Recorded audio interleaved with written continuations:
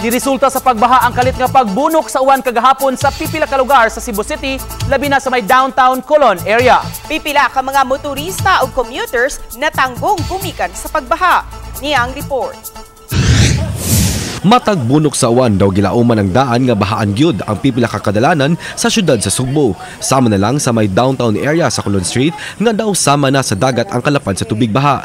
Adunay mga motorista nga misuway og misungasong apan pipila niini mitiorok gayud kay miabot na sa tuhod ang tubig baha. Samtang sa video nga kuha ni Jade Larobes, nabala ka siya sa kalit nga pagsaka sa tubig baha sa ilang dapit sa may barangay Tinago pasado alas 6 sa gabi kaadunay gihaya pa. Makita sa video nga pipila ka mga mitambong sa haya ang namatong na lang sa mga monoblock chairs.